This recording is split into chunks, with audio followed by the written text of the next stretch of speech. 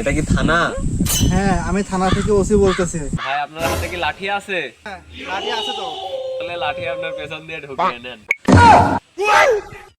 A few moments later. হ্যাঁ, এটা কি থানা? ওই ছেলে ফোন দিয়েছে, দেখে শুনে কথা বলতে হবে এখন। হ্যালো। হয় এটা থানা। হ্যাঁ, এটা থানা। আপনার হাতে কি লাঠি আছে? না, লাঠি নাই। বাহ, একবার বলাতেই ঢুকিয়ে নিছেন। A few moments later. তারা ওই ব্যবস্থা করিলে।